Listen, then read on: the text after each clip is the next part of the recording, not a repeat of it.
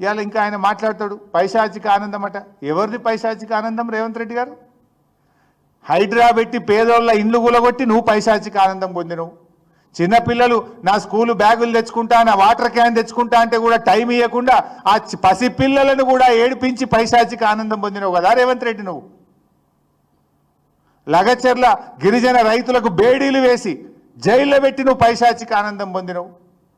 ఓట్లేసిన రైతులకు బేడీలు వేసిన చరిత్ర నీది పైశాచిక ఆనందం. ఆశా వర్కర్లు కోటికి వస్తే వాళ్ళను పోలీసు వాళ్ళ చేతకు ఎగిరెగిరి కొట్టించినావు కదా. మగ పోలీసులతో కొట్టించి ఆశా వర్కర్లను అరెస్టు చేసి నువ్వు పైశాచిక ఆనందం పొందినవు. అల్లు అర్జున్ను అరెస్ట్ చేసి నీ పేరు మర్చిపోయిందని చెప్పి అరెస్ట్ చేసి నువ్వు పైశాచిక ఆనందం పొందినవు. నిరుద్యోగ యువకులు అశోక్ నగర్లో ధర్నా చేస్తే సెంట్రల్ లైబ్రరీలో లాఠీలను జులిపించి వాళ్ళ వీపులు పగలగొట్టి పైశాచిక ఆనందం పొందినవు కదా రేవంత్ రెడ్డి. చివరికి గుమ్మడి నరసయ్య గారు 4 సార్లు వస్తే అపాయింట్మెంట్ ఇవ్వకుండా కూడా పైశాచిక ఆనందం పొందిన చరిత్ర నీది. మేమేమో పంటలు కాపాడాలి, రైతులు బాగుండాలని మేము దల్లాడుతున్నాం. కానీ నువ్వు అధికారంతో కళ్ళు నెత్తికెక్కి అహంకారంతో గుమ్మడి నరసయ్య లాంటి వాళ్లకు 4 సార్లు వస్తే అపాయింట్మెంట్ ఇవ్వకుండా పైశాచిక ఆనందం పొందిన చరిత్ర నీది. ఈ ప్రభుత్వంలో ముఖ్యమంత్రిదో మాట ఉంటుంది, మంత్రులదో మాట ఉంటుంది. వెనకట మీరు చూసిండ్రు 2 లక్షల రూపాయల రుణమాఫీ అంది ప్రభుత్వం.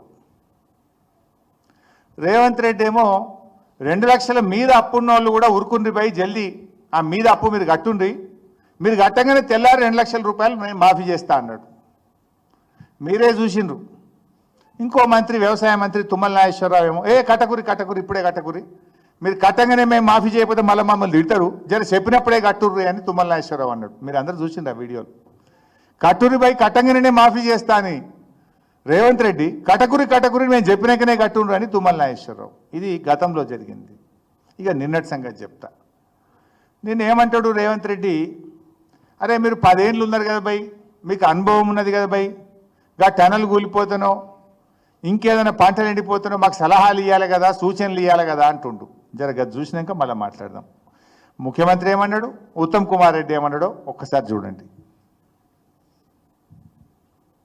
బాధతో ప్రభుత్వానికి అండగా నిలబడాలి.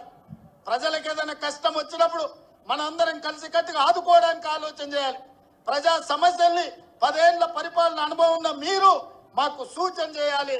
ఈ రోజు నీళ్ల సమస్య వచ్చినా, కరెంటు సమస్య వచ్చినా, ప్రాజెక్టుల ప్రమాదం వచ్చినా మీ అనుభవాన్ని ఉపయోగించి ప్రభుత్వానికి సూచన చేయాలి తప్ప మీ పైశాచిక ఆనందం తెలంగాణ రాష్ట్రానికి మంచిది కాదు.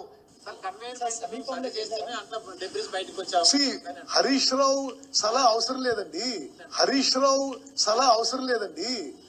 రావు కంటే 100 రెట్లు అనుభవం ఉన్న వాళ్ళు ఈ ప్రాజెక్ట్ మీద పనిచేస్తారు.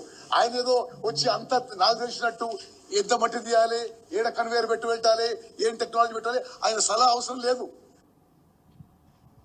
మీరే విన్నారు. ముఖ్యమంత్రి ఏమో సలహా ఇవ్వమంటుండు, ఉత్తమ్ కుమార్ రెడ్డి ఏమో సలహా అవసరం లేదని బట్టి. అంటే ఇప్పుడు ఇలా ఎవరి మాట నమ్మాలి? ఉత్తమ్ది కరెక్టా, ముఖ్యమంత్రిది కరెక్టా?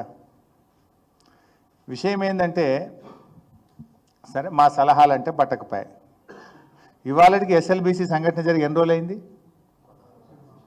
16-17 రోజులు అవుతుంది. కనీసం వాళ్ళు బతికున్నారా, చనిపోయినరా? వాళ్ళు ఎప్పటిలోగా బయటకు వస్తారు? అసలు ఆ 16 మంది కుటుంబ సభ్యుల జాగలో మనం ఉంటే, ఆ 8 మంది కుటుంబ సభ్యుల జాగలో మనం ఉంటే వాళ్ళు పడే మనోవేదన ఎంత? 16 రోజులైంది. ఆ 8 మంది భార్య, పిల్లలు, తల్లిదండ్రులు, వాళ్ళ అక్కా చెల్లెళ్ళు, అన్నదమ్ముళ్ళు ఎంత బాధ, ఎంత మానసిక క్షోభ అనుభవిస్తారు. మీరు జోక్ చేస్తున్నారు.